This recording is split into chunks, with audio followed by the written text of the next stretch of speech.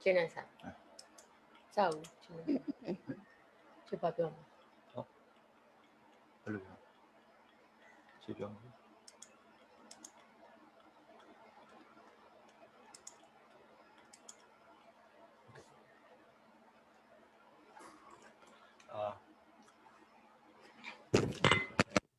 Good morning, good afternoon, good evening, brother, sister, and venerable. Let us start our Abhidhamma class by paying homage to Buddha by Namo Tassa. Namo Tassa Bhagavato Arahato Dhamma Sambuddhassa. Namo Tassa Bhagavato Arahato Dhamma Sambuddhassa. Namo Tassa Bhagavato Arahato Dhamma Sambuddhassa.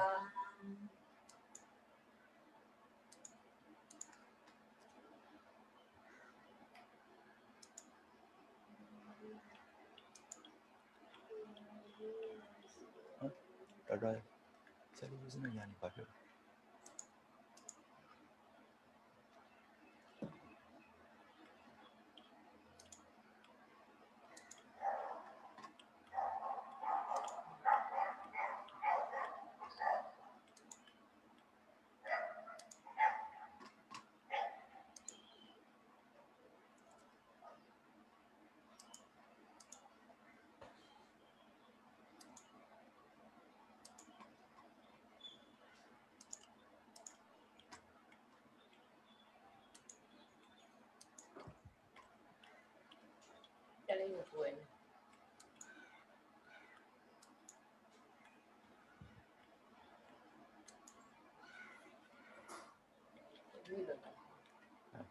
So can I start now? Yes, Sayalay. Okay, thank you very much, Cô John and Masui. And good morning, good afternoon, good evening, all the venerables and dear brothers and sisters in the Dhamma. So it's nice to meet you again, and we are already in our 4th week. So for the first 3 weeks, we have looked at a bit on getting to know our mind. The first part is the introduction and see the textual analysis of the teachings of the Buddha in terms of the Vinaya, disciplinary rules, Sautanda, the discourses, and the Abhidhamma, the teaching on the ultimate realities. And the next 2 lectures follow up with getting to know our mind, part 1 and part 2. And last week, if you remember, we have touched upon the unwholesome mental states, akusala cetasika, amounting to altogether 14. So this week, along with the unwholesome mental states, akusala cetasika, I have thought of introducing you to unwholesome consciousness, which in Pali we call akusala ceta. And I hope by now you are familiar with the term kusala, akusala, that is the wholesome, unwholesome, or we can also say moral or immoral, ethical or unethical, skillful or unskillful. And of course, Jeta means consciousness, mental states, Cetasika. So I hope at least you are with me so far. Then to go along with the 14 unwholesome mental states, we have the unwholesome consciousness, akusala ceta. So this week, we will see how the unwholesome mental states and unwholesome consciousness, they arise or they coexist together. And in terms of Abhidhamma, we say how they associate together.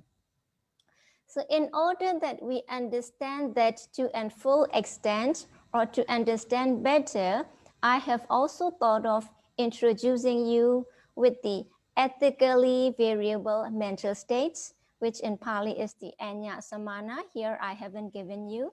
So for today, we will touch upon 2 subtopics, that is the ethically variable mental states and unwholesome consciousness, akusala jeta. So there we go.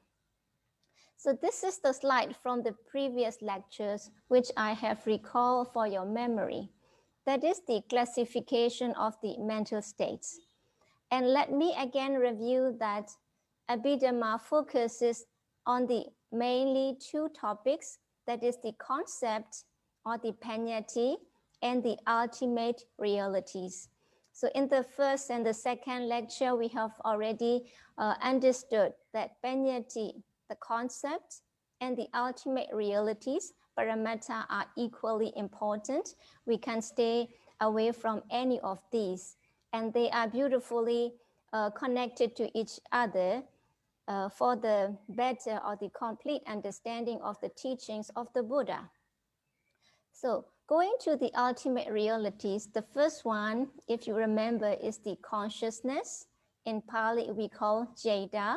And the second one being this one, mental states or cetasika.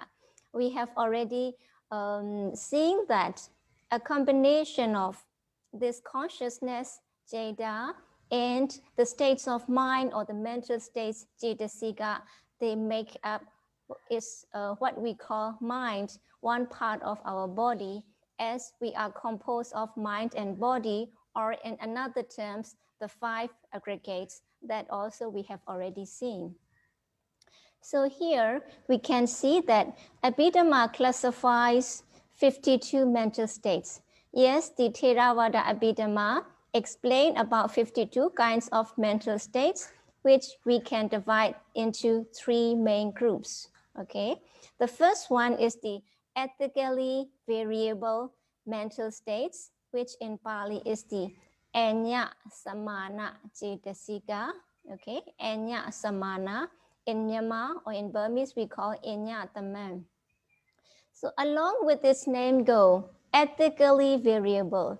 So what are the ethical states? We can see down there, unwholesome mental states and beautiful mental states. It means these 13 ethically variable states are agreeable to both unwholesome and beautiful. Okay, I will repeat. These 13 ethically variable or the common mental states along with their name are common to both unwholesome, akusala, and beautiful sobhana. So in this way, we can see that there are altogether 3 main groups which make up the 52 mental states. So here the explanation is there. Ethically variables are states that are compatible with both unwholesome, akusala, and beautiful mental states. So what else do they do apart from being compatible or agreeable with them? They are smart and they are intelligent. They manage the mind. Once they come into our mind, they manage the mind, right? With their ethical qualities, either unwholesome or wholesome. So this is the brief overview of the mental states. So now, the first one, which we will mainly focus today, is the ethically variable, or another word, another interpretation is the common mental states, which amount to 13. So these 13 can be further divided into 2 groups. The first one is the universal, and another one the particular. So here I have given you the first group, 7 universal mental states. So why are they called universal? So I think the term itself is quite simple and easy to understand. By universal, we understand that it concerns everyone. It is agreeable to everyone. It is not private, it is not specific, it is not particular, but it is agreeable, or it is common to each and everyone on earth. That's why it's called universal, right? So in the same way, these mental states, because they always exist together, it means they stay together. So we use these technical terms. Okay, kindly note exist or associate with. So we often see these terms exist together, or the coexistence, or the associate with. It means they are together, the state of being together, or the togetherness. That is the meaning. Because they are together with every type of jada, they are known as the Sabba Jada Sadharana. Okay, Sabba Jada Sadharana. Sabba, you might know me all or every, and Jada is the consciousness. Sadharana means here associate with. So associate with every kind of consciousness. So we have classified consciousness in various ways, and one way I have introduced you is by means of type, jati. That is unwholesome, akusala, another one, wholesome, kusala, right? So we perform good action, bad action, and we will have the result accordingly. So these results we call resultant type of consciousness, or in Pali we call vipaka. Okay, you do good and you will have good result, right? Kusala, good, wholesome, moral, ethical, skillful. And as a result, you will have its good result. That is the kusala vipaka. And another one, I might do something evil. I might have jealousy, or I might have anger, or I might have remorse, or my mind is so restless that I can't concentrate on anything or whatever. And as a result, there will be some resultant type as well. That is the akusala vipaka. And some consciousness, they just merely operate or function. That's why we call them functional consciousness, which in Pali is the Kiriya Jada. So I have already introduced that Kiriya Jada, or the functional consciousness, arise mostly in the Arahant, who have already completely eradicated the mental impurities or the mental defilements. Right?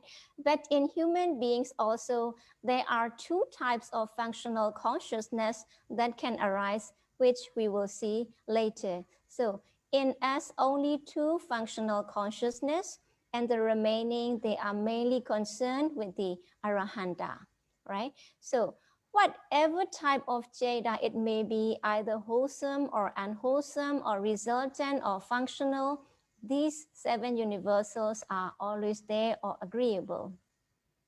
So here it says that these one consciousness and seven universal mental states, they form the basic unit of mind. In Rector Sayadaw called this one as 8 in 1. It shows the compactness, right? Compactness. So these days we human beings are very busy and we can't spend time. So everything has to come ready. Coffee mix, tea mix, 3 in 1, coffee, sugar, and milk. So everything has to be ready. Instant noodle. So that shows the compactness. So here also the same. Our mind is composed of the minimum or the basic unit, or the least number is 8, that is 1 consciousness, and 7 these universal mental states. For example, sense consciousness. So when we are awake, we have all the sense consciousness: seeing, hearing, smelling, tasting, and of course touching. Here we talk about 5 sense consciousness. Now you are awake, then you can see me, you can hear me. Maybe if you're taking coffee or tea, or you're taking some snack for lunch or for dinner, you might have some smell, that you might know the taste. And of course, all of us are sitting, so we have this body consciousness as well. So this consciousness always coexist. It means exist together or associate with these 7 universal. So what are these 7 universal? Let's see. Actually, I have drawn this, and I have to admit that I'm not good at drawing. And fortunately, I could do it today. So see, consciousness is there in the center, right? Consciousness is there in the center, and it is surrounded by altogether 7 universal mental states. We can see contact, the first one. We go from the top, contact, after that, and we go the clockwise position, contact, feeling, perception, motivation, one-pointedness, mental light faculty, and attention, right? Some sound so technical, but some we are familiar, right? So we will see each and every detail of them. When I say that contact, after that feeling, after that perception, motivation, I say that I'm going clockwise position, right? So counting them one by one. So please understand that this is not the order of arising. This is the order of teaching, right? So when we talk about the teaching of the Buddha, there are different order of teaching, as we can see or we can listen, but the order of arising is something different. Here, the first one is the contact, so this is to be followed by feeling. The third one, perception. The fourth, motivation or volition. And the fifth one, pointedness. Next, mental light faculty, and the last one is the attention. Altogether 7. So please understand, this 7 is not the order of arising. It does not mean that feeling arises after contact and perception arises after contact and feeling. It is not as such. They arises at the same time.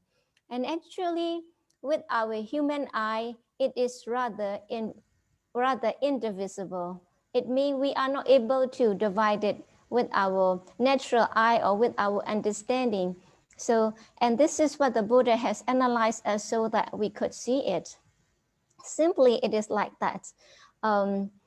Milk is mostly mixed with water. So when water is added to milk, it is difficult to separate these two. And in the same way, the water from the different rivers or different lakes, they would come together and meet together, combine, making the ocean water. So it would be very difficult to differentiate which water is coming from which part of the world, or south part, southern part, northern, eastern, and western, and so on. And in the same way, it is very difficult, it says, that to divide this nature or the working nature of these mental states. Now let's see what they perform. So the first one is the contact. So I have this pen near me, so I normally give you this example. I'm touching this, right? So my hand is touching the pen. But this touch is not the physical touch. When I touch this is I'm physically touching, right? And I also have this table clock, then I'm also physically touching the clock. But this contact or phassa is not such kind of physical touch. It is mental contact, mental touch. So let's move on what it says.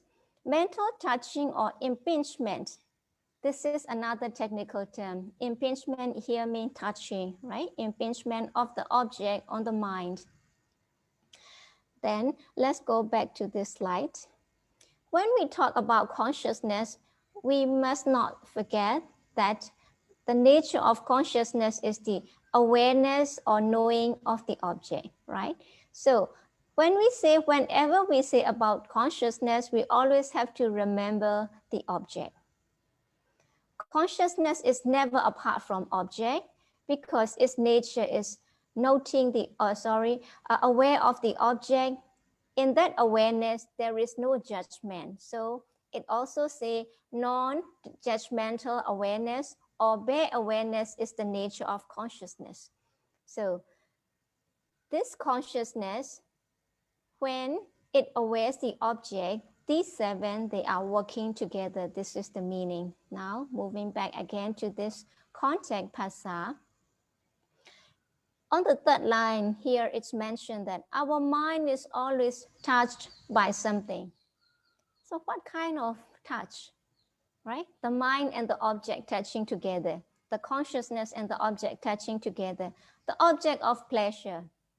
Suppose somebody passed the exam or got promoted or got some kind of good position and they are so happy, then seeing them, how do you feel? You also feel happy, right? Then how about fear? Any object that we used to feel fearful, also when it is mentally touched, then we have this, right? Suppose I'm afraid of the height, for example, then somebody in the circus would be walking on a rope or on a thin line, or on a thin bar, right? Walking there. What happened? Looking at this, we might feel frightful. Oh, that person is going to fall down or not. Or another one, like it would be very dark at night and it's also raining. And suppose you're afraid of snake. Then you suddenly saw a long object, so which looked like a snake, and suddenly we got shocked, right? Then is it a snake?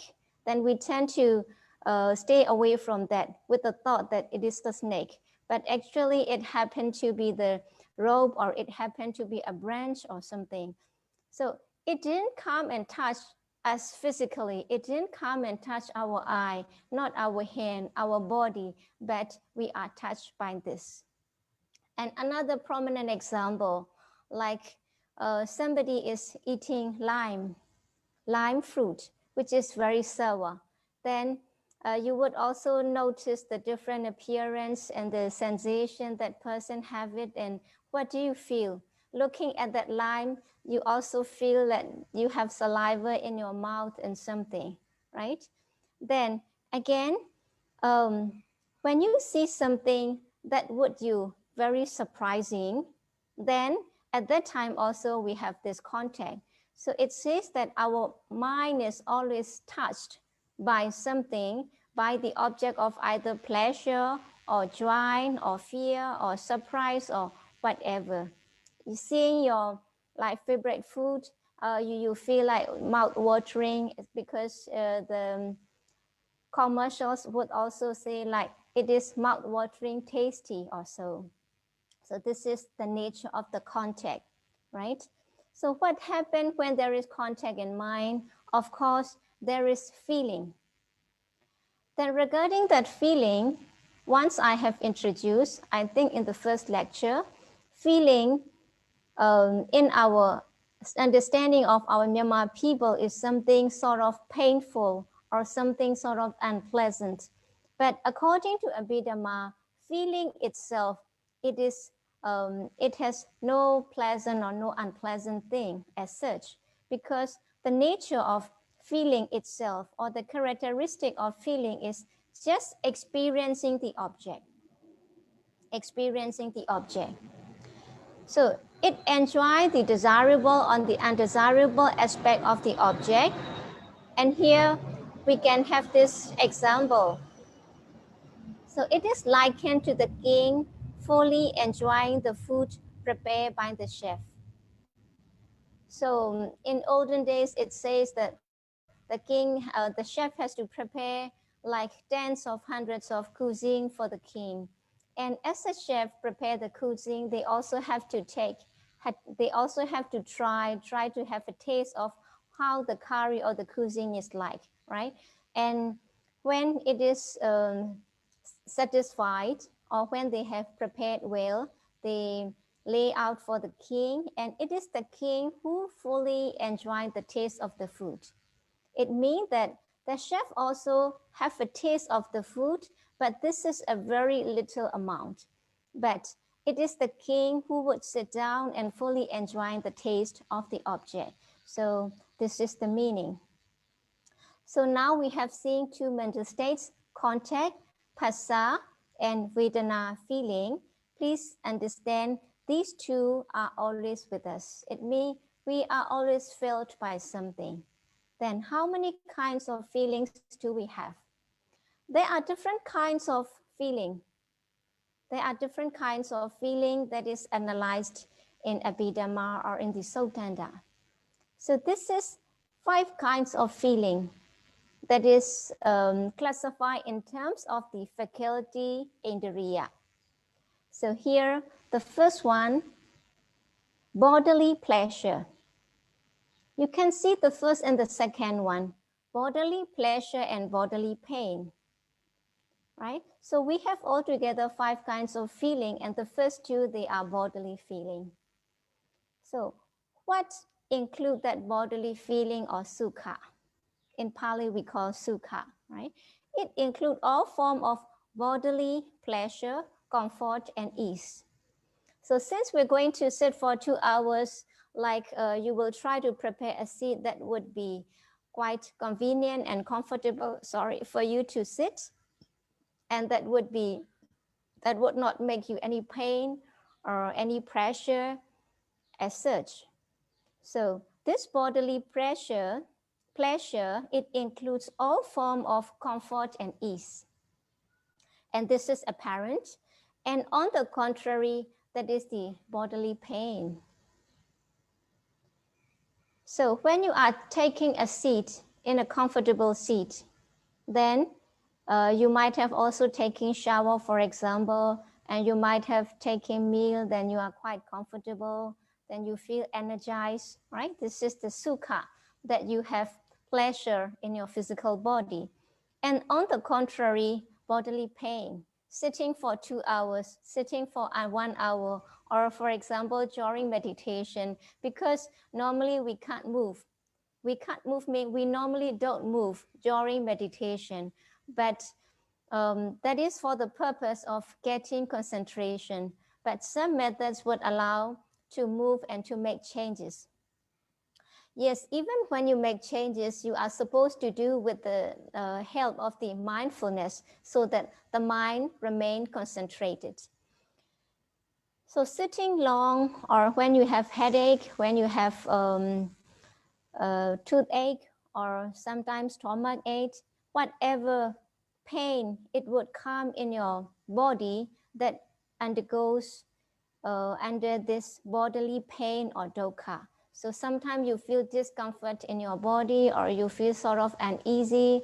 You take some food that is not suitable for you, so you feel discomfort and you feel uncomfortable. So all these come under this bodily pain. And another one, now we come to the mental pleasure or the pleasant feeling. So this is sort of, it covers all levels and degrees of happiness and joy. And of course, ease in mind. So that is the pleasant feeling. The Pali word is the somanassa. So it comes from the su and mana. The originally su mana. Su means good and mana means mind, good mind. Here, good mind does not mean that it is kusala.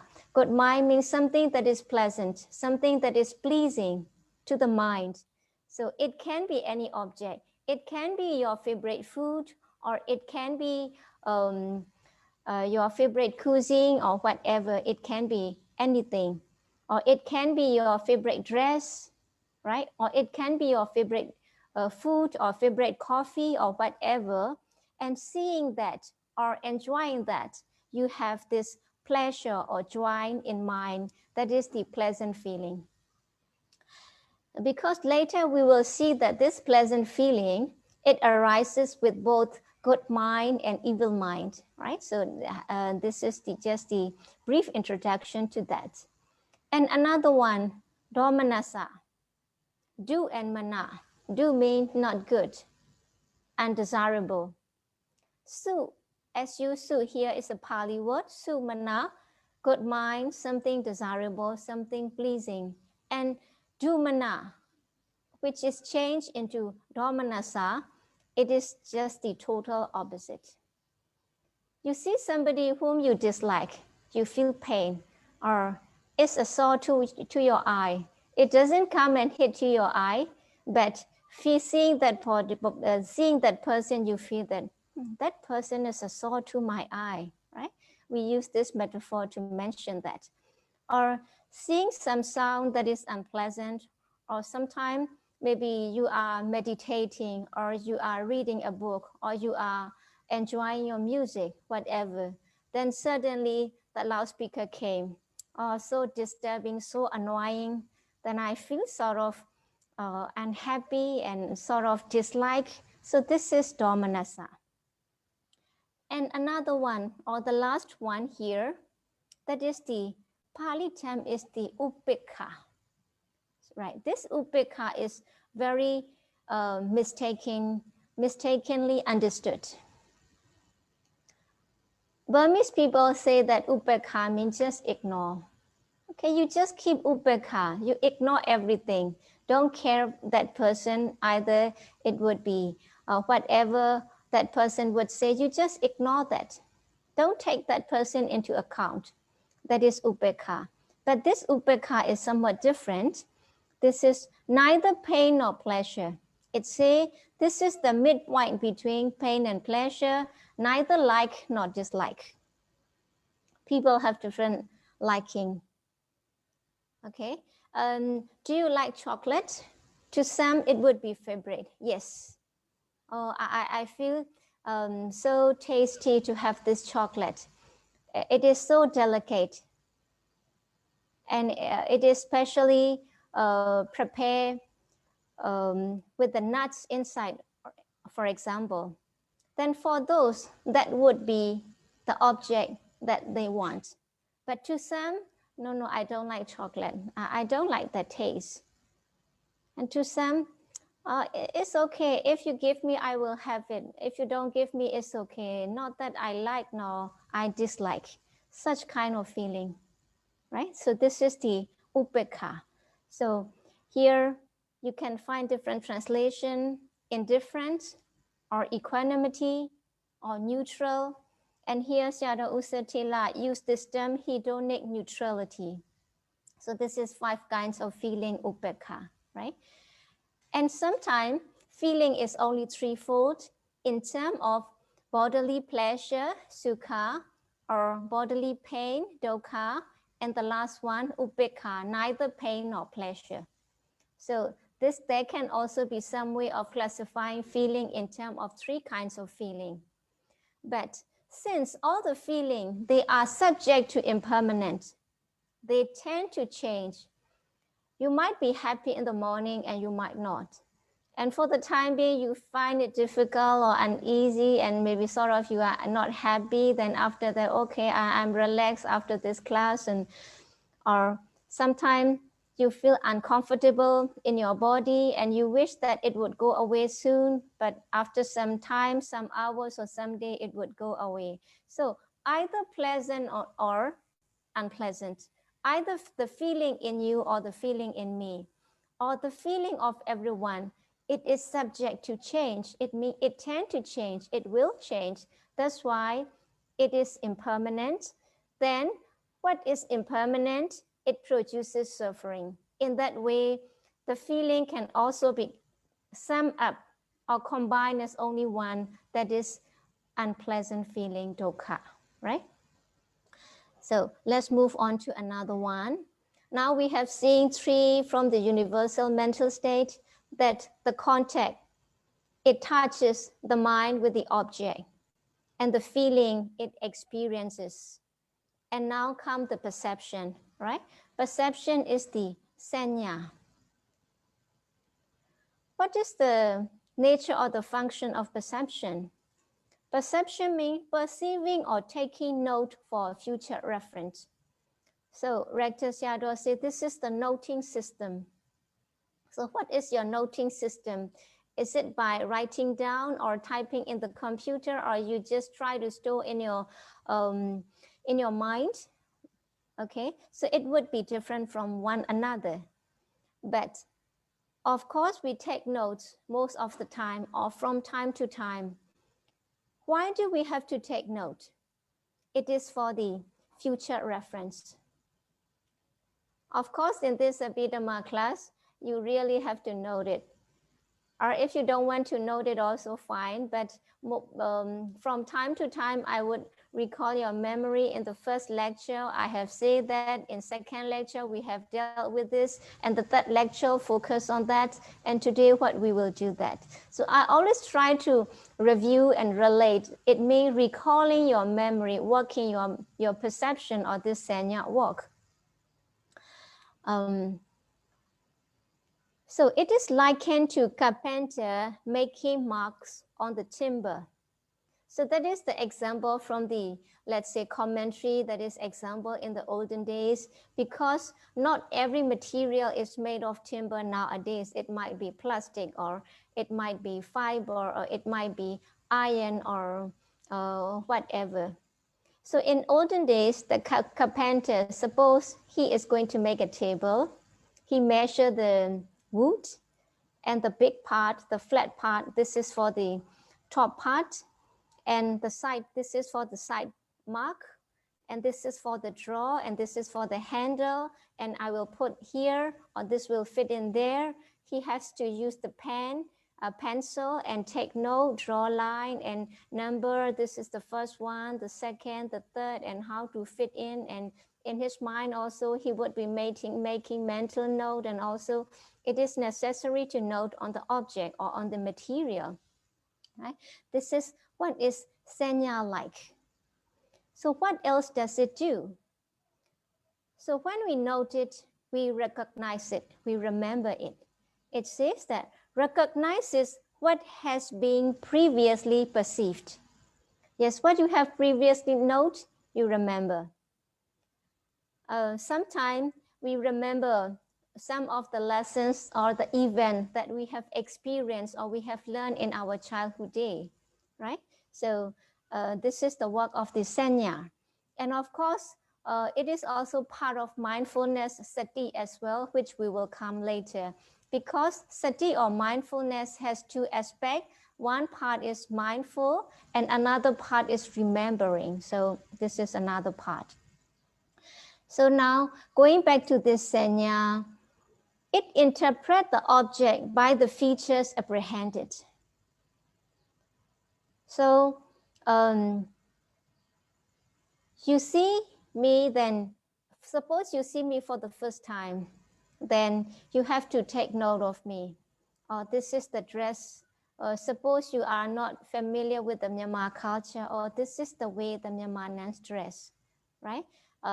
She is wearing sort of pink color, and the shawl or the badge is this a bit brownish color, and she is wearing the glasses, and her feature, her face is round, and her complexion is sort of a bit brown, and she wears glasses, and she would speak very fast, and she would let you learn and sit for 2 hours, and this is the features that concern me that you take note in your mind.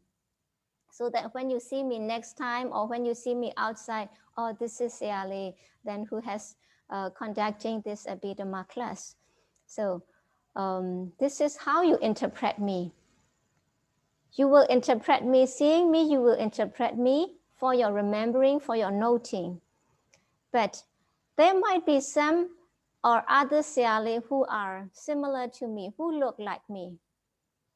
And some people, they would mistaking.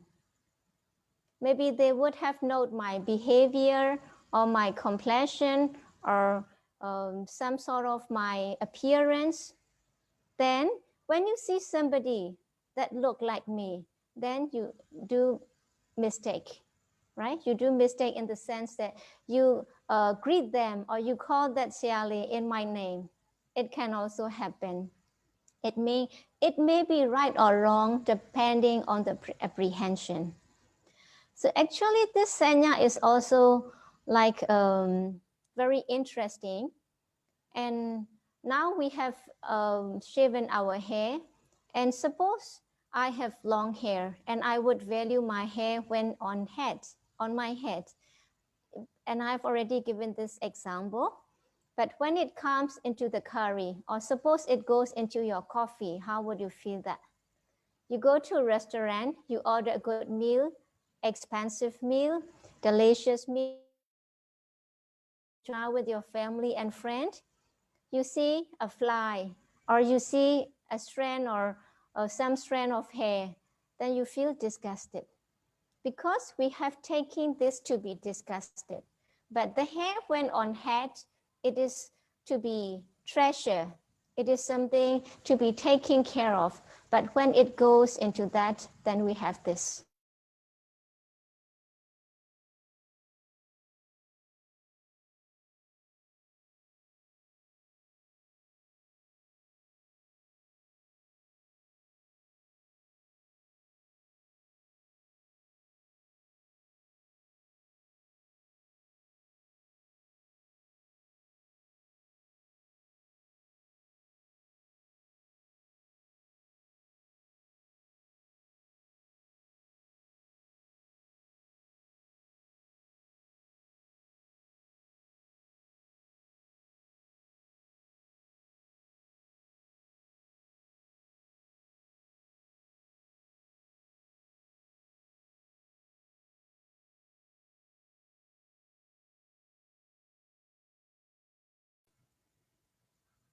Yes, so I hope we are back again. So while we are lost in the explanation of Sanya, our connection also got lost, right? So now, welcome back again. Then that Sanya, there can be some perversion. In Pali, we call Vipassana. Like the body, the dead body, that is disgusting, right? We might love and like our family so much, but when it is not alive anymore, we have to get discarded. We have to get created, right? Cremated. But that body is the food, or it is nutrition to the vultures, a kind of bird that eat the dead body, right? To them, this is something desirable object. And Rector Yadav was given this example while I was listening to the Dhamma talk, that normally this human excrement is disgusting, right? But suppose somebody would give you some reward. Maybe they need that excrement for some purposes. Right? And if somebody would give you some sort of reward or money or give you something in return, then that person would remove that disgust, and at that moment that excrement is not disgusting anymore because it is overwhelmed by that greed, the greed of gaining something. So this is explained in detail in the chapter on the thought process, and hopefully we can learn sometime later. Then let's move on to another one, Cetana. This is also very important, because we all are interested in karma, and I have also mentioned that karma would be one of our sub-themes. So this Cetana is the most significant factor in generating karma, it says. So Cetana is often translated as motivation or volition, and its function is to organizes the associated mental states to act upon the object or to be on the object. That is the meaning. I hope this organizes is a good word for now, right? Suppose you are an organizer, what will you do? You would contact the chairperson. You would also contact the panelists or the paper presenters, and you would also contact the MC. And of course, you have to preside over inviting the guests. And you also have to take care of the registration, right? But this job, you can't do everything by yourself. You have to form a team, and you ask the members of the team or the team members to organize an event, right? This is the meaning. So Cetana is like that. It motivates other factors to engage on the object. It means like motivating other team members to work their own duty or their own responsibility. So he would ask the chairperson to preside over the session, paper reading session or the opening session or the closing ceremony or whatever, and the panelists to do presentation at the event or the seminar or the conference, and the MC to take care of the ceremony so that the ceremony would go smoothly and in time, and the facilitators like the ushers to bring people and so that they can take seated in their places assigned to them. So this is the function of this Cetana. So that's why it is likened to an organizer or a coordinator or a chief pupil. So I hope it should be clear by now. It is most significant. It is most responsible factor in causing or in generating karma. So how did the Buddha say? Monks, I call Cetana karma.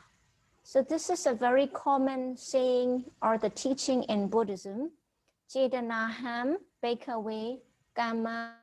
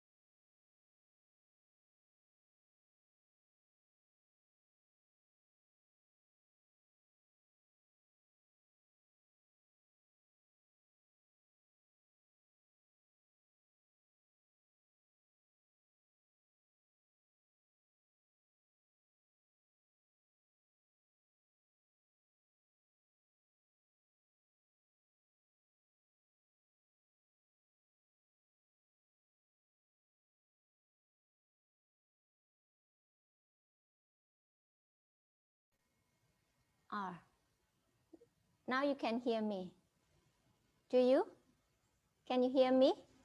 Yes, we can hear you, Sayalay. Okay, thank you. Maybe it must be so boring, so the Zoom is giving a break to you often, so that maybe you can yawn or you can sit back or you can just get up and have a cup of water or whatever, giving a break to us. Then going back to this Cetana, a significant and a well-known saying in Buddhism regarding karma is the monks I call Cetana karma, because the Buddha was given address to the monks, and it can also be the audience, because the definition of this bhikkhu or the monk, there is one definition regarding this. A person who is trying to practice to get out of this samsara or rounds of rebirth is bhikkhu, is a monk. Or in another we can say a person who is contemplating on the fear, or who sees the fear in the existences or round of rebirth or samsara is metaphorically also addressed as bhikkhu. So because we try to study Buddhist teaching and put it into practice with the aim or purpose of liberating from this samsara, so we might all, as the disciple of the Buddha, would be addressed as bhikkhus as well, as a community. Then what happened when this Cetana is karma? It says that having willed, it means with Cetana, with motivation, one acts through body, speech, and mind. It means we do many activities. Sorry, sometimes out of body, sometimes through speech, sometimes in mind. The thought of helping others, like especially in this time of COVID, that you would think of helping others or sharing others. Or sometimes that you might think of going for a trip after the COVID. This is also the thought. Or out of bodily action, you had tried to help others. A person is going to cross the road and you try to help that person because that person was carrying heavy items, or that person would need a seat in the car or the bus or the train, then you offer, you share your seat. This is also bodily action that you have done. But for some people, they would kill animals as a habit means for fun. This is also bodily action. And speech. A person who practiced the Dhamma try to speak well at the right time and also sweetly, not very harshly. But to some, using harsh speech or abusive speech becomes habitual and is not a mistake. So in this way, we people are doing sort of different kind of activities or the action through body, speech, and mind. Okay, let's move on to another one. And this because this cetana, motivation or volition, it is appear to be a synonymous term, or it can be, or it has to be interpreted according to different context. Once there was a question, what is the difference between sankhata, conditioned, and sankhara? So I have once mentioned that I will explain when it comes to the occasion. And I have already explained about the conditions that, like eye consciousness need altogether 4 conditions. It means in order to see, we need good eyesight. We need something or the object to be seen. There should be enough light, and you also pay attention. So these are the conditions that causes or that bring about the eye consciousness or seeing consciousness to arise.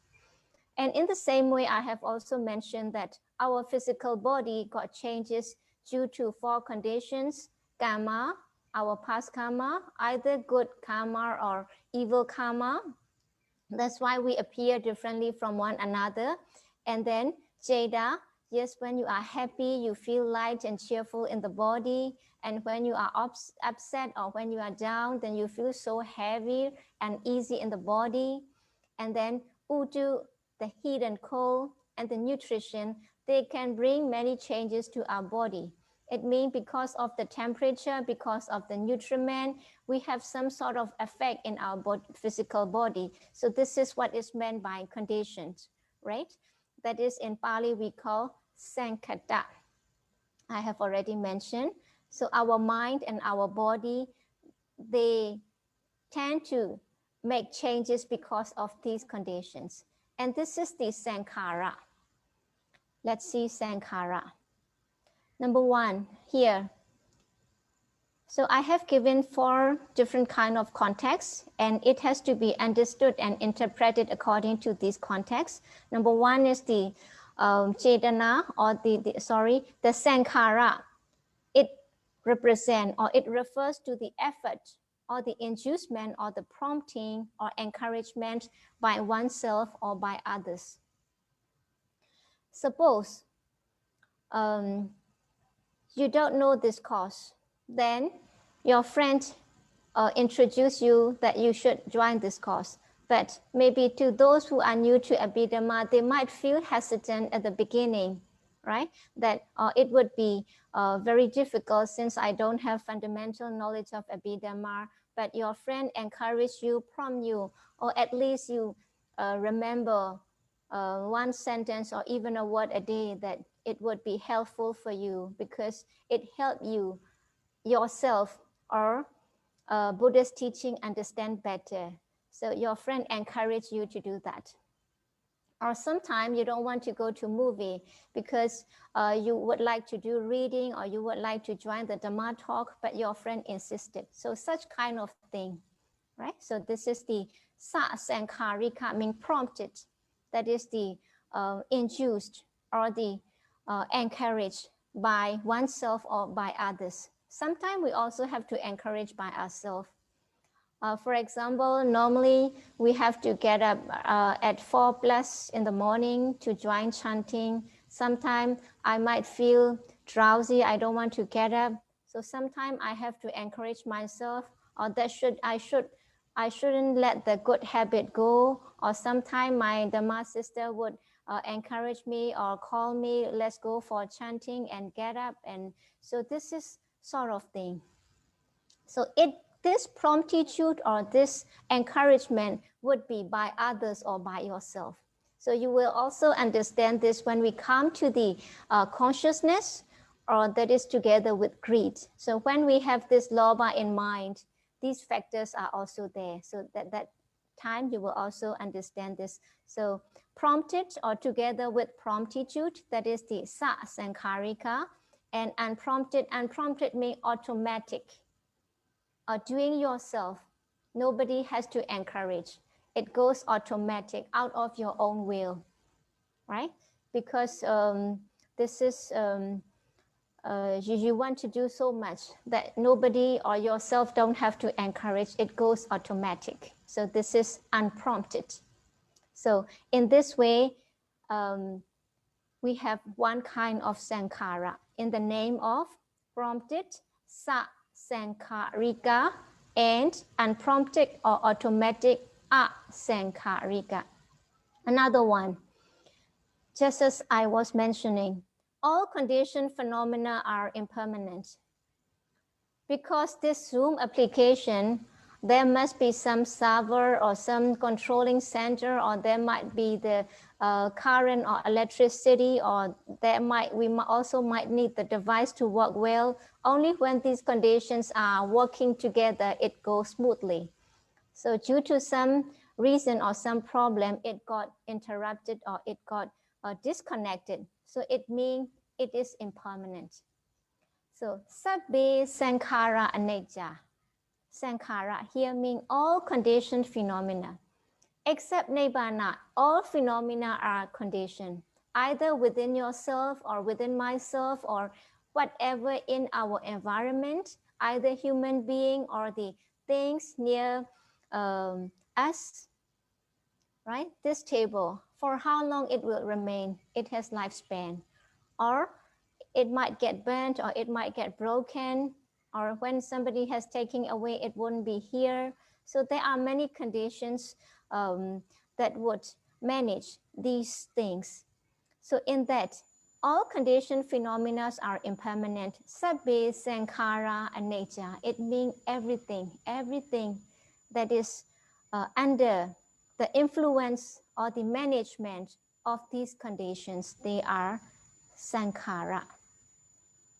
So what happens when they are impermanent? They would produce suffering, right? And another one, sankhara khanda. We have already studied this term, khanda, right? Our human being is composed of 5 aggregates or khanda. Khanda means group or aggregates. So one is the physical body, and one is the consciousness, and the 3 remaining, they also belong to the 52 mental states. So this feeling we have seen just now, Vedana, it forms, aggregate itself, and Sanya or perception form, aggregate itself, and the remaining 50 mental states, it pertains to this mental formation aggregate or the Sankhara Khanda. Okay? So Sankhara Khanda. And this is led by this volition Cetana. So the term Sankhara, whenever it sees, please understand it is sort of something relating to this motivation of volition or Cetana. So this Sankhara Khanda, it includes 50 mental states apart from or except feeling, vedana, and perception, sanya.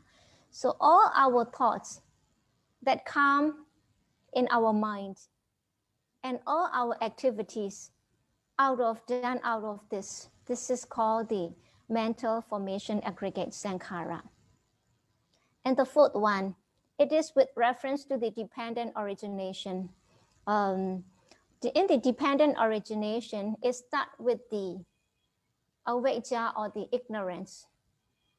So it says that when we don't know, or when we are covered, our mind eye is covered, or when we are shrouded or shielded by the ignorance or delusion, we tend to do many kinds of activity. We will perform many kinds of activities, right? It means in our past, we do both good and bad.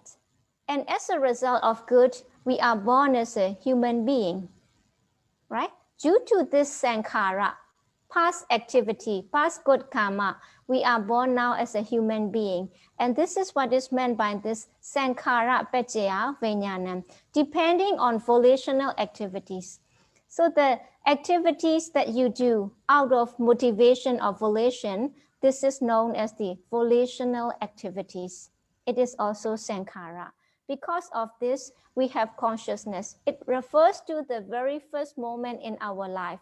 That is the patisandhi moment or the rebirth linking consciousness. It simply means you do good action.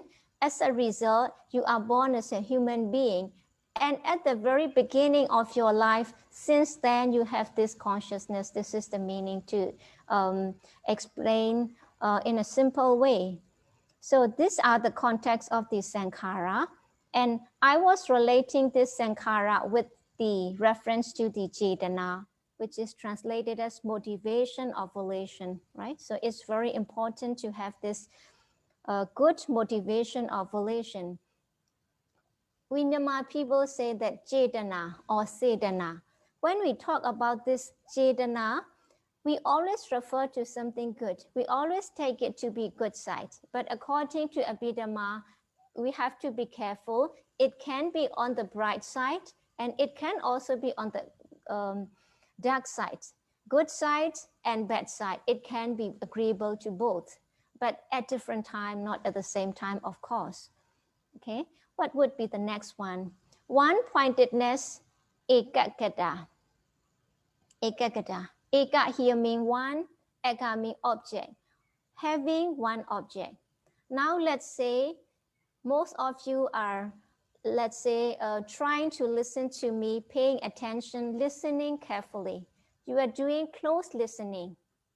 So my sound would be your object. You are listening to me, it means the sound. My sound would be your object, right? It doesn't matter you see me or not. It's more important that you can hear. You have to hear me, right? So sound is that object. So this ekagata or one-pointedness means one object, single object. Is very simple. Having just one object. I'm explaining to you, so my mind would be only on this particular word. My mind cannot go to meditation hall. My mind cannot go to the dining hall. My mind cannot go to the university. It must be only here. It means non-wandering, not roaming about, non-distraction, not going to other places. So this one-pointedness, it unites the associated states, right? It takes that power, the authority, unification of the mind on the object. The mind is with the object, not going anywhere, only on this object. So it is likened to water that keeps together grains of flour. You're going to make a bread or a donut or a cake or whatever, you would need water, some sort of liquid, either butter or water, so that you can mix or combine the grain or flour together so that you can make it a dough, right? And another example here. It is likened to a flame in an airtight room. Airtight room means where there is no air. Suppose you put a candlelight, you offer a candlelight to the Buddha. or you offer a light at a shrine of your god or whatever, right? Or you might have a flame or a candlelight at your dining table or breakfast table, and there is no aircon. So how would the flame be like? It would remain stable, not shaking. If you bring that candlelight in front of the aircon, then it would be moving or shaking. The flame is not stable. That's why it's in an airtight room where there is no wind. It's a tranquil state of mind, and it is identified with the concentration. But yes, we have to develop that ekaggata. How? Please see the third line from the bottom. A jhana factor. This one-pointedness or ekaggata form a jhana factor, and it is prominent in jhana. In Myanmar, we call Zen, right? Jhana. Jhana means absorption. So during absorption, your mind is very stable. It means firmly fixed on an object for hours. Your mind is not wandering. Your mind doesn't go anywhere. Remain on a single object or remain on the prominent object during jhana. So, but it has to be developed. I say this because this ekaggata or one-pointedness, it can be with any kind of jhana. It can be with any kind of jhana. Either you are doing kusala or akusala, according to the principle, it is with that. But when it is not fully developed or when it is not practiced, it is not strong. It would come and go, it would come and go, it's like that. But when you train your mind, your concentration is higher, then it will stay firmly on the object. So it needs to be cultivated or it needs to be developed as a jhana factor, because jhana means a combination of factors together. So some factor would come in the particular group as well. Let's move on to another one. Mental life faculty, jividendriya. It means jivita is life and endriya is the faculty. But here faculty is in the sense of having control over the respective place. It can be compared to the ministry. Like Ministry of Culture, it is responsible for the promotion or the maintenance of one's culture in one's own nation or the country. And Ministry of Health, Ministry of Education, they have responsibility in their own or specific ministry. So that is the meaning. This mental life faculty, it has authority or power over life. It means it maintains the associated states. That's why I say this term always come together. Associated states mean the other 6 universal mental factors and the mind. So that they can live up to their lifespan. So this mental life faculty maintain the associated mental states to live up to their lifespan. So it is the protection system. It is the protection system. It is like the lifeguard that would protect you, right? So it is likened to the water in the lotus stalk, keeping lotus alive. Where there is no more water in the lotus stem or the stalk, then the lotus would wither or lotus would dry or die. Another example, like a boatman who takes people to the other shore. So it can also be a charioteer or a pilot or a captain or a driver who bring people to the other place. So when we talk about the lifespan, there are some concepts that we got to understand. 3 phases or 3 stages of existence, that is the arising, existing, and disappearing. It means whatever comes into appearance, it exists and it would go. Now remember now let's listen to this word. I would say Citta, right? C-I-T-T-A, Citta, the word Citta. It would come, it stay, and it go. The moment I spell the word Citta, it's already disappear. So the first sentence already disappears. So everything comes and go. Now it's already 10 past 10. So like 1 hour has gone by. It can never come back. It will never come back.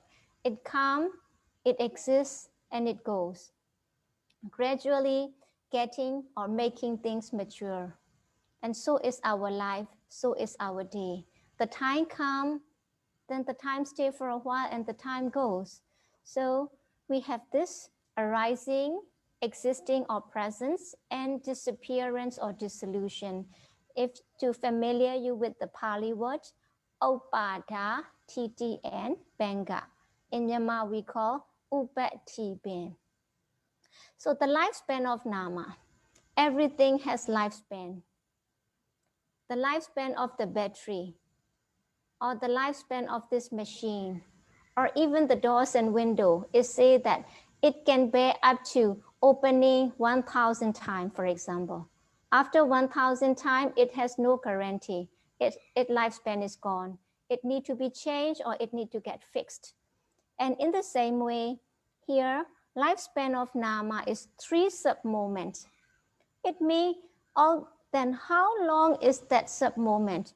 Very, very short. It says that millions or billions of Jada would arise and come and go, even in a blink of the eye. How many times do you blink in a minute? We never count. Or in an hour. Or somebody said about the snapping of the finger, right? Even in a one snapping of finger, like millions of Jada comes and go. That's why in 1 hour sitting or 2 hours sitting, you can be with me, or you can go to work, or you can talk to people, or you can plan for your trip, or you can do whatever. Even not moving from your place. It means the mind traveling, even while you are remaining here. So it's a very short moment, let's say shorter than seconds. So 3 sub-moments or 1 mind moment. So this is sort of some technical terms and some teaching, but to make you familiar. So this Jivitendriya, or this mental life faculty, it protects so that the Jada and the associated states or the mind will stay up to their lifespan. So because we are alive, there is life Jivita. Here it mentioned mental life faculty. And so is physical life faculty that concern our physical body. It means when we are die, this jivita or this state doesn't exist anymore. Then come to the last one, attention, very important and prominent as well. Attention, the Pali word is the manasikara. Okay, manasikara, attention. Mana, we know is mind. Kara means making. Manasi, si is a case ending. Because Pali has gender, number, and cases like many other languages.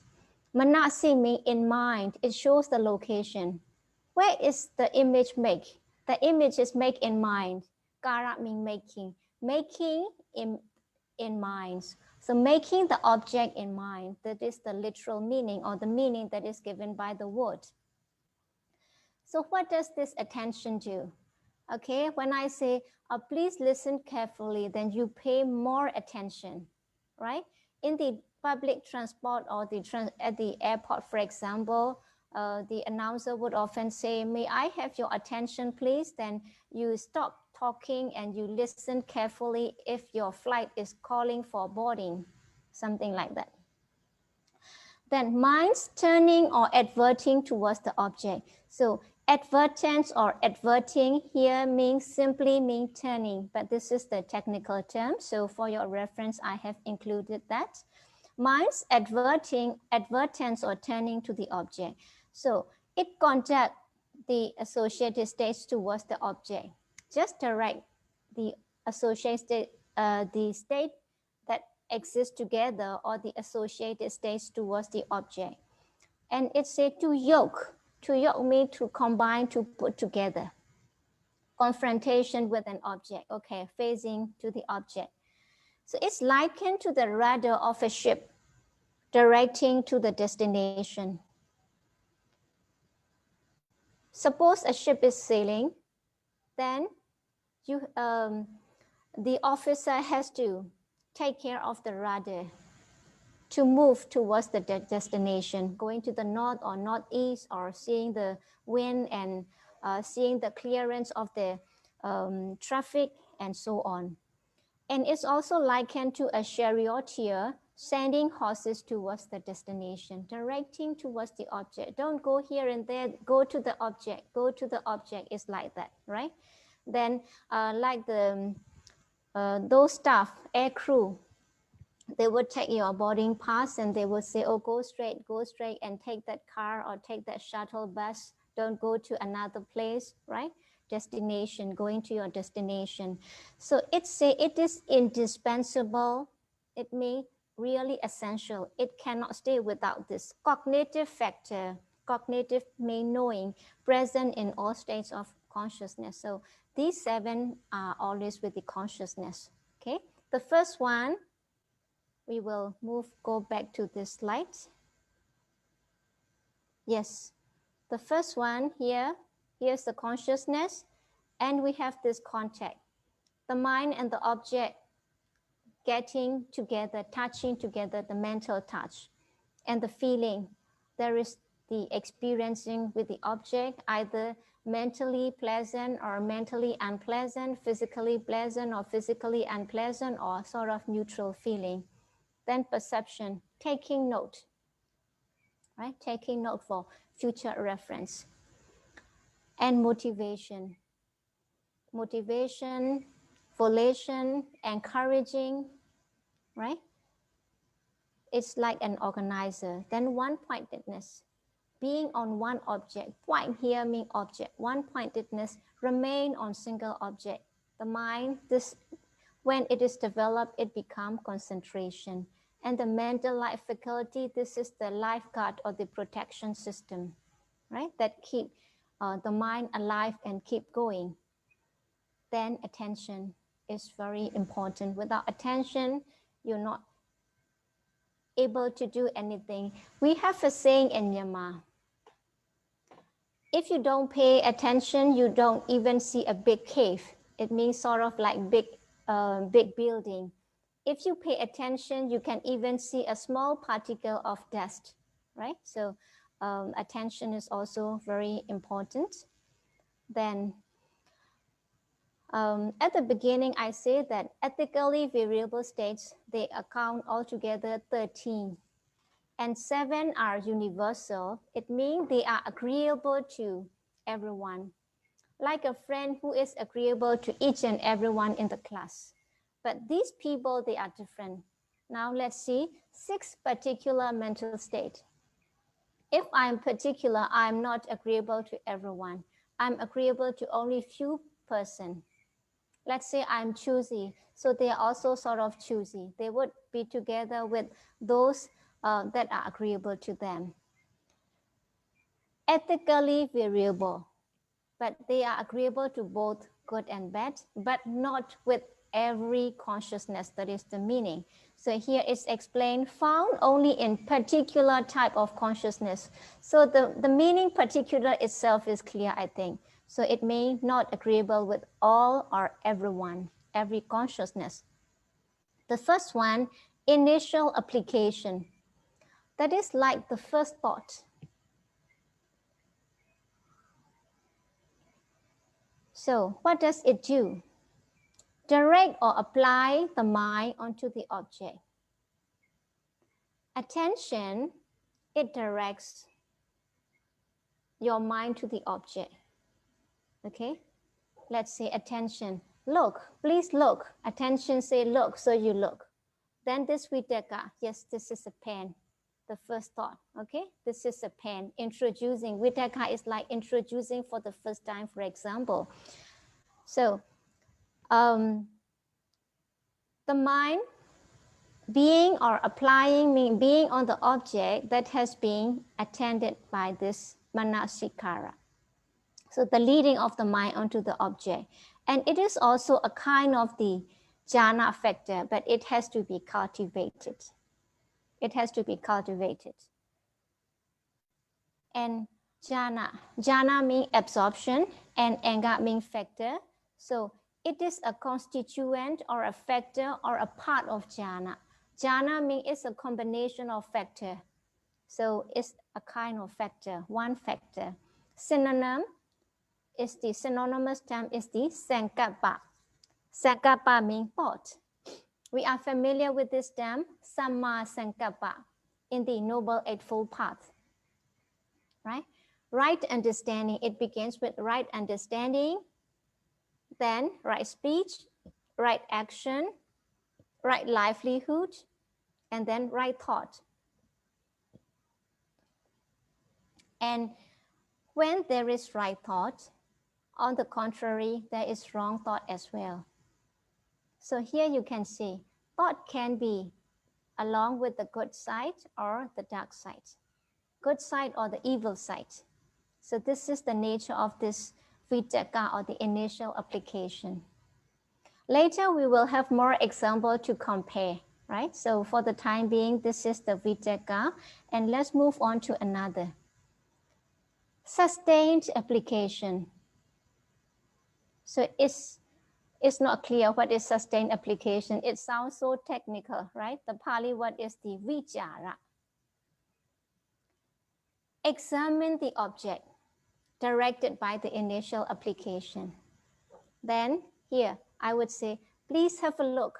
So there is attention, you pay attention. And this is the pen.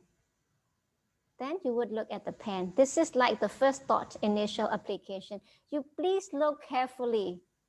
Then you would look carefully. And someone was telling that the pen that I used to show in the class is very big, but because it is very close to the camera, it seemed to be very big, but actually it is not that much big. It is like just a little bit longer than a natural pen. What pen is it, right? This is the cover, right? We can charge it.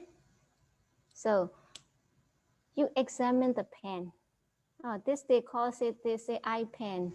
And the Dhamma Download has kindly donated me so that I can use on writing on the iPad while teaching. But for the time being, I prepared the slides, so I don't use it now. Oh, so yes, this is iPen. So the first time I see this, I also have to take note, and I see how to use it, how to charge it. So you have to join, join to the iPad, connect it. I mean the process of learning, right? So this is like the vichara, examining carefully, watching closely. Then we have very simple or many examples. This vitakka and vichara, initial application and sustained application, right? These two terms.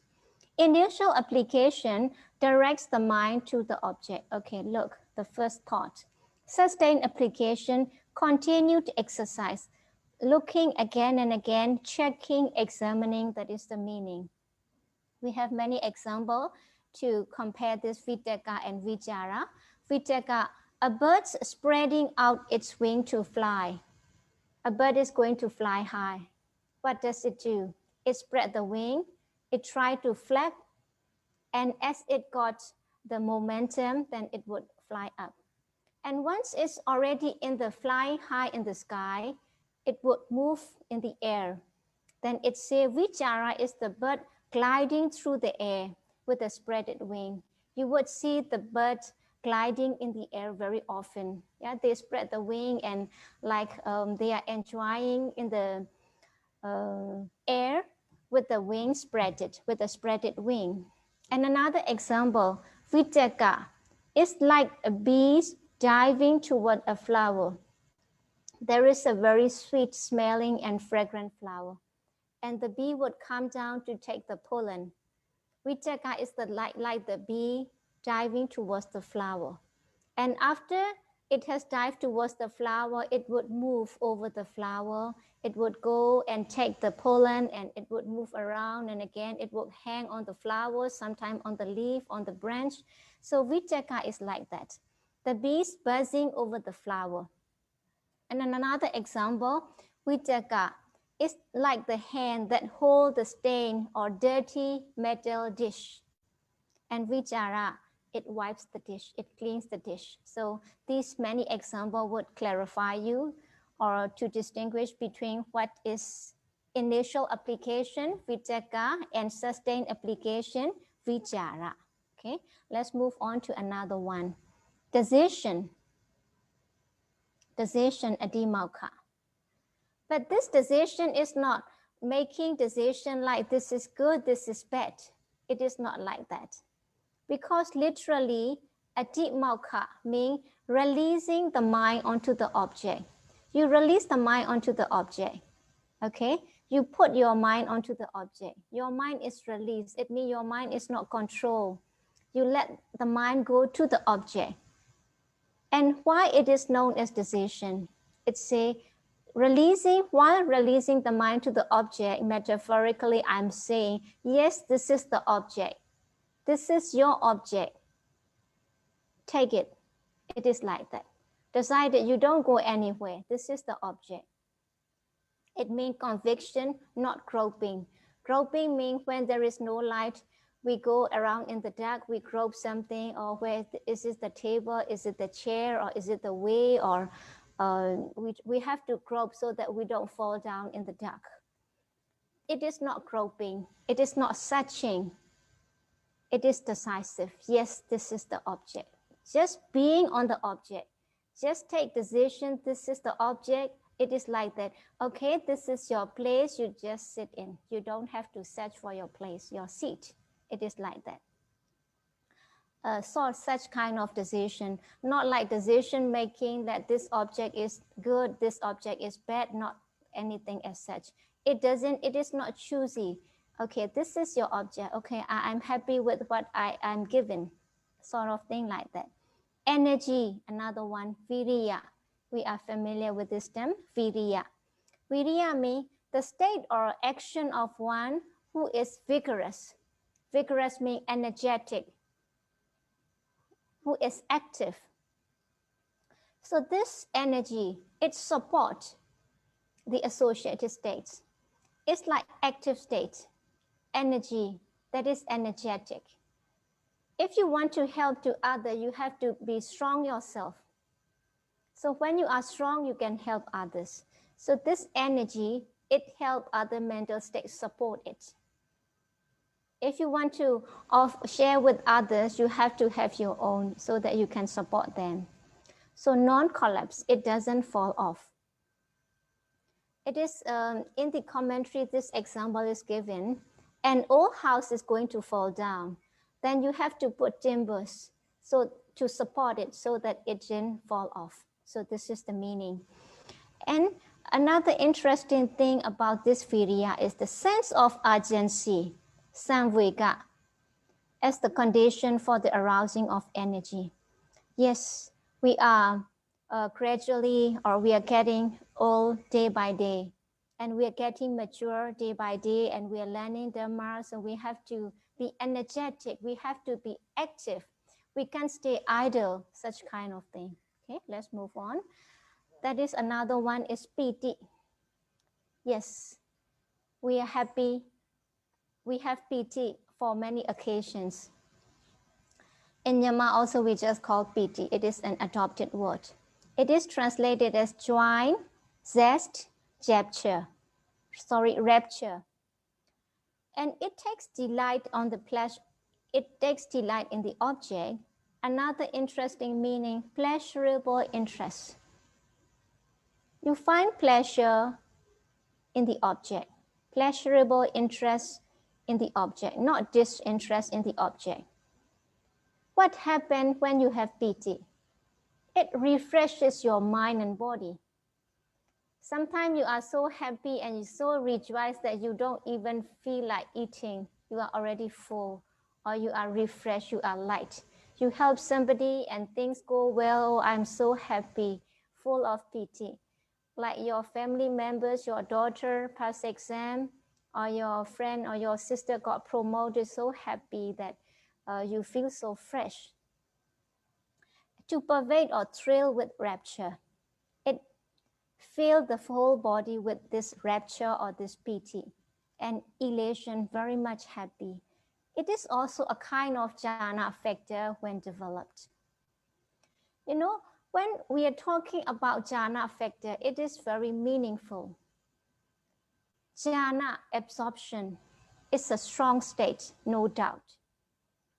So this jhana factor, they have the power or ability to suppress or to calm down their opposite state. Like Theravada or ill will or anger, right? This is the opposite of piti. Anger and piti, they are opposite. So when suppose you are feeling upset with somebody, then there is a saying, trying to see good point in that person. Why? So that you have this piti, and by the power of piti, you can remove or you can suppress your anger for a while. So this is sort of the function of jhana factor. So here it inhibits the hindrance of ill will. Yabada. It means opposite to ill will. And the first two factors I haven't explained, like vichaka, the thought. Sometimes your mind is overwhelmed or influenced by thought that you can't fall asleep, right? Have you ever experienced? Yes, very often. I'm very active and I'm very hardworking, for example, then you might feel that I have been thinking so much that I can't fall asleep. So what happened on the contrary? When you are drowsy, when you are dull, in Pali we call Tina Meda, among the 14 mental states, the last two, sluggishness or dullness of the mind, right? Drowsiness. So this is to be suppressed by this vichaka. This is the meaning thought. So when you are drowsy, then you try to make some thoughts so that you feel refreshed. This is the meaning. Okay. Then here it's also interesting to see different kinds of piti. Like it say the commentary give 5 kinds of piti. The first one, minor zest or minor piti. Pali kodaka piti. Kodaka means small. It make it raise your hair on the body. You feel so. Maybe suppose you hear some kind of Dhamma, or you listen to a Dhamma talk, let's say given by a venerable Sayadaw, then hearing that Dhamma, you feel so satisfied, so happy that you feel to have this goose flesh, or you feel your hair are rising up on the body. It is like that. And sometimes it comes for a moment, like lightning, it would come for a moment. And this kind of momentary zest or piti, that is kanika piti, it comes like a flash of lightning. It comes and it would go. And sometimes it would break over the whole body for some time. You pay homage to the Buddha or listen to a Dhamma, or you attend to your object of veneration or desirable object so much that you feel as if your body is showered with piti. This is showering zest, breaking over the body like the ocean wave. You might often go to the beach and you swim in the beach, and sometimes you go into the water, you stand or you sit there and you like the taste, right? The wave covering your body. It's like that. And obega piti, uplifting zest. It makes your body move up, causes the body to levitate, that is float or suspend in the air. During the time of the Buddha, you might have heard of the story, like a person, a lady, she cannot go to the to see the Buddha and hearing the Dhamma. She feels so rejoiced. She has this pity that her body got lifted up and by the power of this jhana, and she could go. Such thing. Then pervading zest, spreading the whole body like a cotton wool soaking in oil. You soak the cotton wool in oil, then it got soaked the whole body. And this paranapiti is like that, pervading the whole body. So different kind of zest. And the last factor among this 6 particular is the chanda. Chanda means desire to act or to perform. So simply, chanda itself means desire to act. There is no clinging, no liking, right? To perform an action or to achieve some result, just mere wish to do. So it's likened to stretching out the mind's hand toward the object. It does not refer to the hand, the physical hand, but it says the mind's hand. The mind just going out to take an object is like that. So it must be distinguished from desire in reprehensible sense, lobha, greed, raga, and lust. It means desire can be different. Desire to indulge in sensual pleasure, to enjoy music, enjoy your favorite food, like enjoy wearing your favorite dress, right? This is the kama chanda. And another one, virtuous desire to achieve when arise with wholesome consciousness, kusala chanda. You want to help others. Seeing a flower, there are 2 choices. Somebody would put on the head to beautify herself, or somebody would put in a vase, put it in the dining hall to decorate. But another person bring to the shrine or altar and offer to the Buddha. So different. And you earn a living not for the purpose of like gaining much more property, but for the purpose of supporting poor and needy. So such kind of desire is the wholesome desire. So desire itself, let's say, is neutral. When it goes together with desirable object or the object of craving or lust, it would become kama chanda, tend to something unwholesome. And kusala chanda means desire to study Dhamma, desire to attain nibbana, desire to share knowledge. These are the kusala chanda, okay? So it comes to the end of this 13 ethically variable states. So synonym of the term jada, somebody has asked some synonymous term of the jada. So vijnana, one word is vijnana. Like in the eye consciousness, we call chakku vijnana. In Pali, in Myanmar, we call vijnana, right? Chakku vijnana. And here, we have just studied this sentence. Depending on volitional activities, consciousness arises, just as I have explained in the different contexts of sankhara. Because of our past good action, now we are born as a human being, and at the very beginning, we have this mind, this consciousness arises. Here, vijnana. Vijnana, here it refers to consciousness. So that is with reference to dependent origination. And another famous teaching, Manopopenkama Dhamma. Mind is the forerunner of the phenomena. So mana, this is also mind. And manasa, there is also another synonymous term. And another term that you are familiar is what we are studying today and a few days last week as well, cetasika. Right? Cetasika means something that depends on the mind. So jeda and ika, jeda means here synonymous term of jeda or mind, and ika means depending on. So cetasika means depending on consciousness for arising. Sometimes we use the mind and the heart interchangeably. She is very good heart. it means she has good mind. And another word I like, and I have quoted here, Karuna Sitala Hadiyam. Sitala means Sita, or Sitala means cool and pleasant. Karuna means compassion. The heart or the cool mind imbued with compassion. When the mind has compassion, it is considered to be cool. So, Karuna Sitala Hadiyam. So, Hadiya here does not refer to the heart, physical heart, but to the mind. So, these are the synonymous terms for your knowledge.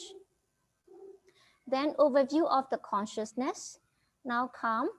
So, we have altogether 89 or 121 consciousness. And here we can subdivide into two groups. You see the marks with the tick, the correct mark. Mundane consciousness, that is the Lokiya Jeda 81. And another one that on the last sentence, supramundane consciousness, that is the Lokottara Jeda, either 8 or 40. I'm just giving you an overview. And the first one is the sense sphere consciousness. So there are different ways of classifying the mind. One way is by means of wholesome kusala, unwholesome akusala, their result or the effect, vipaka, and functional consciousness or kiriya. This we have seen last week, and I have also revised it today. Another way is classifying by means of plane of existence. So this we will see very soon. The first one, sense sphere consciousness, that is the kama vajara jeda. A vajara means that is frequent, that arises mostly, right? Kama vajara jeda means the jeda or the consciousness that mostly arises in karma plane. Maybe those who don't know karma plane, I will show you in the next slide, right? Please just listen. They count 54. So this can be subdivided into 3. That is unwholesome consciousness, akusala jeda, 12 in number, and rootless consciousness, ahetuka jeda, that is 18. We have talked about root in Abhidhamma, which we call hetu, right? This lobha, dosa, moha, greed, hatred, delusion, they are evil roots. And on the contrary, we have alobha, non-craving or generosity, adosa, non-hatred or loving kindness, amoha, non-delusion or wisdom. These are 3 good roots or wholesome roots. So when we talk about the trees with a strong root, they are considered to be firm. We have to make lots of effort to uproot the tree. But here, rootless consciousness, they are weak type of consciousness, and they count 18. Like our seeing consciousness, sense consciousness, let's say, eye, ear, nose, tongue, body. Your seeing consciousness, hearing consciousness, smelling, tasting, touching consciousness, they belong to this rootless group.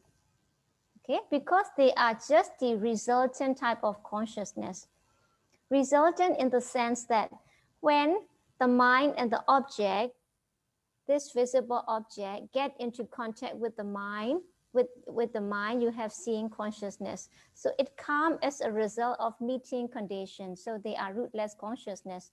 And another one, sense sphere, beautiful consciousness, that is the kama sobhana jeda. They count 24. So actually, for us ordinary human being, including myself, our jeda pertains only to this 54. Okay, but suppose you practice meditation strongly, dedicatedly, till you attain jhana or absorption. Number 2, fine material sphere consciousness, rupa vajara jeda, you will have. And the third one, immaterial sphere. It means that like you are the meditator or the yogi is so bored, so fed up with this physical body. Because of this physical body that we have to clean ourselves, we have to feed it, we have to cover with the clothes, and we have to earn living, and we have problems, all this because of this physical body. And that person after meditation become really fed up with this physical body. And with this perception, that person practice, so that meditation is the immaterial sphere. But this number 3, in material sphere, arupa. Arupa means no rupa, no physical body at all. Such kind of existence are also there. Only the mind, only the state of mind are there without any physical body in those Brahmas. And the last one is the supramundane consciousness, lokottara jheda, amount to either 8 or 40. That is of the Ariya Pokala, like Sotapanna, the stream winner. The stream winner means who has already eradicated the wrong view and the doubt, skeptical doubt. Skeptical doubt means the doubt in the Buddha, Dhamma, Sangha, and the karma and its result. So that doubt has been completely removed. And so is the wrong view. So such kind of jheda. So that belongs to the noble person. Now, coming to the sense sphere, Kama Bhumi, Kama plane, it amounts to altogether 11. You know, sense sphere plane is classified into 2. The first one is the woeful plane, Apaya Bhumi. In Myanmar we call Apebo, right? Apaya Bhumi. Apaya means, Apa means no, lacking, devoid of. Aya means happiness, no happiness. How? Because you will also see that it also includes animal. So some pets like the cats and dogs and other pets, they live so well. Maybe some even live better than some human being. Then how can they be called this being in the woeful abode or the apaya? It says that its pain and the misery greatly exceed happiness. And there are further explanation there. The first one is hell, niraya. It means very strong suffering, intense suffering as a result of their evil deeds. And animal kingdom, why do they belong to apaya? Why are they called apaya, or the beings in the hell, in the apaya? It means they does not provide, the animal kingdom does not provide suitable condition for the performance of meritorious deeds. Because the cats and the dog, they can't do marriage, right? And but the story is there, like the frog listening to the Dhamma by the power of some meritorious deeds in the past. As a result, when it dies, it goes to the celestial abode, but that is rare. But they themselves, it's difficult for them. But like you might also see some animals, they can also do some kind of marriage, I don't know. Like we see in the videos, like the elephants bowing down to the Sangha and also offering alms to the Sangha, and that would be very rare kind of thing that we can see. And another one, sphere of hungry ghost, Peta. In Myanmar we call Peta, right? And the host of the tormented spirits like Peta and Asura. So they belong to Kama plane. Then where are we now? Number 2, the sensuous blissful abode, Kama Sukati Bhumi. Blissful abode, good place. So we are there. Number 1, human realm, that is the Manosa Bhumi, our plane of existence. So Bhumi is translated as either plane or plane of existence. This we spell with P-L-A-N-E, plane of existence. And human being, those who know wholesome from unwholesome. In our world, in this human world, for example, there are billions and trillions of human beings, but are they really worth to be termed as a human according to this teaching? Like who knows or who can differentiate wholesome from unwholesome? That is the real human being. So we have to try to live up to that. And number 2 to 7, they are the 6 celestial abode. I don't think I will read. You can read yourself later.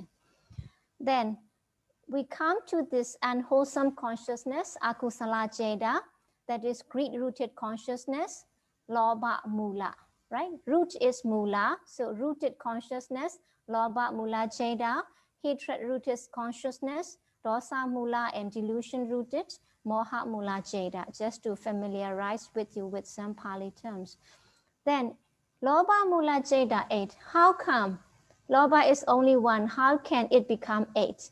So depending on these principles, 3 principles, the first one is feeling, Vedana, right? Vedana, pleasant feeling and neutral feeling, 2 kinds of feeling. Lobha mula originally is lobha is only 1. Because of feeling, it become 2, right? This attachment with pleasant feeling or with neutral feeling.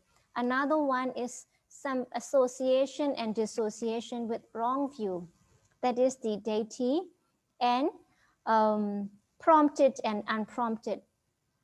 Prompted means to be encouraged by oneself or by other, and unprompted means automatic, just as I have explained. So here, this is just explanation for this sankhara. So if an action is unprompted or uninstigated, I added another word as I found in the consciousness that is taught by Venerable Sayadaw Usatila. I have included. Perform quite voluntarily, unprompted means, or out of one's own free will, or entirely on one's own volition, without hesitation, right? Without prompting, entirely personal or self-originated. So these are the explanation for deciding prompted and unprompted. And if it is prompted or instigated, not completely voluntary, not out of your own will, and you feel hesitant to do it, so it needs some effort either by yourself or by others. So it is this. So now come 8 kinds of the greed-rooted consciousness, lobha mula jeda. So this is just for your information. Then it say with pleasant feeling, with wrong view, unprompted. So you have to match like this. 3 columns. You choose, you take one from each column, and you will get 1 consciousness. Like the first one, for example, with pleasant feeling, with wrong view, unprompted. Another one with pleasant feeling, with wrong view, prompted. You go this way, right? You can do this later. I give you example. This is the Pali version. For those who want Pali, you can have a look, like Somanasa, Sahagata, Tetikata, Sampayoda, Asankharika, Jeda. So this is the combination. So here we have example. Before looking at this example, I just want to recall your memory. Lobha. Lobha is one of the roots. And it does not stay alone. It has 2 followers. Right? Lobha group is 3, as we studied last week. It has strong view and it has conceit. Okay? Under the lobha, there are 2 followers or 2 disciples, wrong view, deity, and then conceit, mana. Okay? So we will think depending on that. So I hope this example will give you some clear or better understanding. Number 1. So this is illustration of 8 consciousness. Number 1.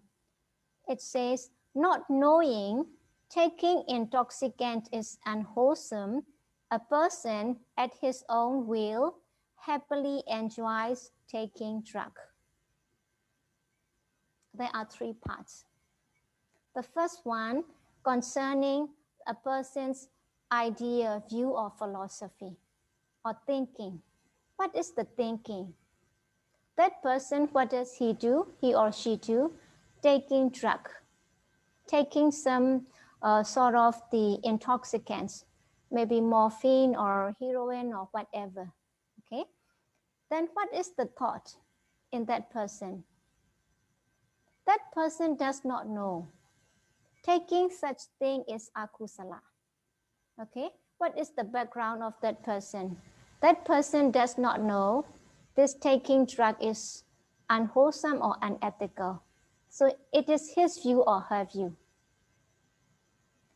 So is it right view or wrong view? It may not be right, because the Buddha does not encourage to take drug. It is apparent in the 5 precepts to refrain from taking intoxicants, either liquor or alcohol or whatever, any cigar that has drug, or like all these morphines and these things, to take enjoyment in oneself for pleasure, to take it for pleasure. It is not encouraged. Why? Because when a person takes such kind of intoxicant things, the mindfulness becomes very weak. It means the person's senses are getting loose.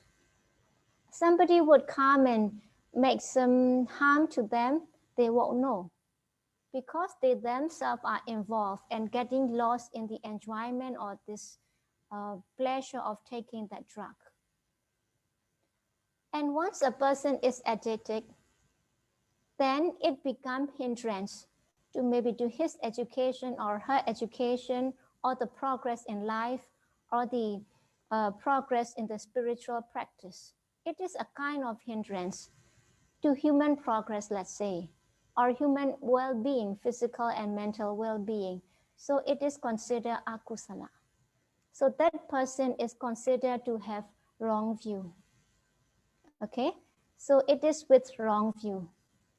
Okay, the philosophy or the thinking of that person is wrong in terms of Buddhist teaching.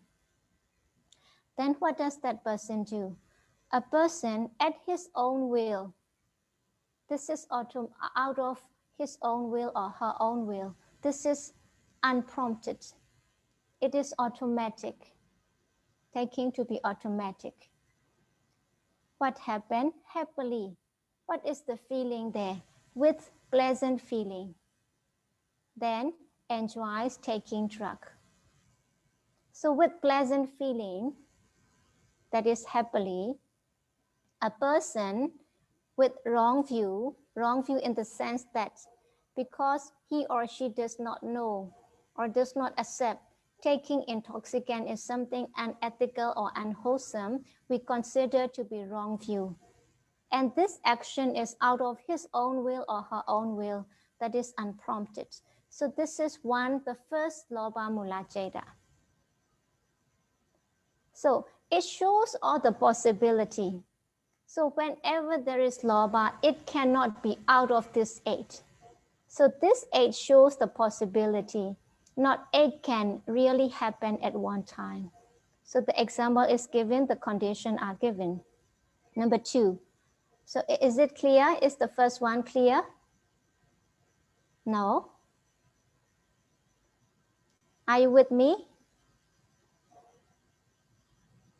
Not sure. Maybe you're already getting bored. So I will give 1 or 2 more examples and we will finish. And the second one, not knowing, so the same view. But here, insisted by a friend. So this is prompted one, not out of his own will or not out of her own will. The person still enjoys.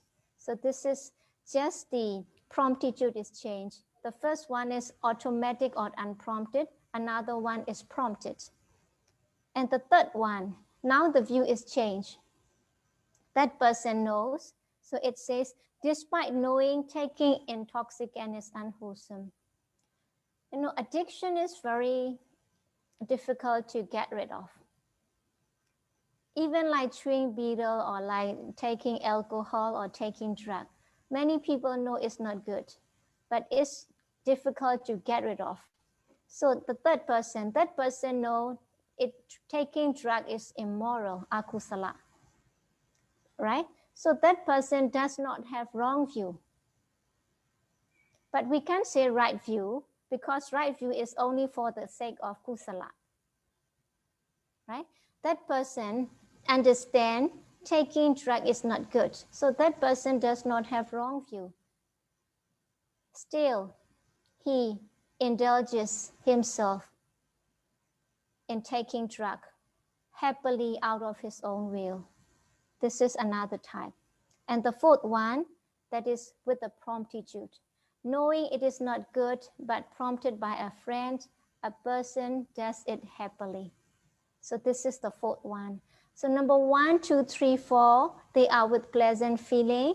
What is changed is only their view or their thought or their philosophy and being prompted or unprompted. So it formed the first 4. And the next 4, only the feeling got changed, become neutral. Maybe knowing this is not a good action, a person at his own will still indulges, but knowing it's not good, not so happily, but with neutral feeling. This is the thing. And in another occasion, insisted or encouraged by his friend or her friend. So it just showed the 8 possibility and how Lobha Mula Jeda can become 8, right? Then another is the Dosa Mula and Moha Mula. And when we come to the Dosa Mula, it is with displeasure. Because when there is dosa in mind, when there is anger, when there is irritation, when there is frustration, when there is depression, it says it with ill will. It changed from the original mind. Your mind is stricken with this ill will and sometimes prompted. First, somebody talk ill of you. You don't feel anything, but later your friends say, okay, he or she is talking ill of you and you should think about this. Then this is prompted, right? But sometimes at the first sight, somebody talk ill of you, you don't feel anything. But gradually after thinking, you understand the meaning of the word and you got angry. This is also prompted by oneself or prompted by other. In this way, Dosa Mula Jeda can be twofold. Then the last one, Moha Mula Jeda, we have already studied, that is with doubt, skeptical doubt, that is with Vijikeja, and restlessness. When the mind is restlessness, that is the Uddhacca. So they both arise together with the neutral feeling. There cannot be pleasure, there cannot be displeasure, but with neutral feeling because they are weak, they are Moha Mula Jeda. So I try to wrap up. This is how the 12 Akusala Chedas go. Next week, I will refresh your memory. And today we have studied mainly 2 parts. The first one, I try to give you overview of the 52 mental states, classifying them into 3 groups. The first one, ethically variable or common mental state. They are agreeable to both good side and bad side. And the second group is the unwholesome akusala mental states, 14, which we have discussed detailed last week. The third one, beautiful mental states, 25, we will do next week, right?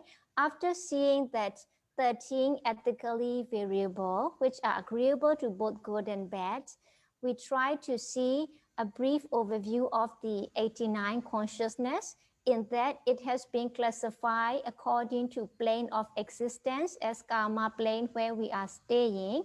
And if you practice jhana, you would go higher realm, that is the rupa plane. And still, we have to understand there are beings without physical body. We call them immaterial, no material or non-material, no physical body. In that, out of the 54 Kamavajara Jeda, we try to look at the 12 unwholesome, how Lobha, despite its nature being attachment, craving, liking, clinging to the object, depending on the condition, it can altogether be amount to 8 or how it become 8-fold. I try to give you with example or with illustration. Then we have a brief look of how Dosa Mula and Moha Mula can each be 2 altogether, making 12. So I hope that at the second listening or so, and with the revision of the first lecture in the next, I hope you will be able to follow me. And for the next week, I will focus on the beautiful mental states which we really need to be developed and which we really cherish. So thank you. Thank you so much for your patience and kind attention.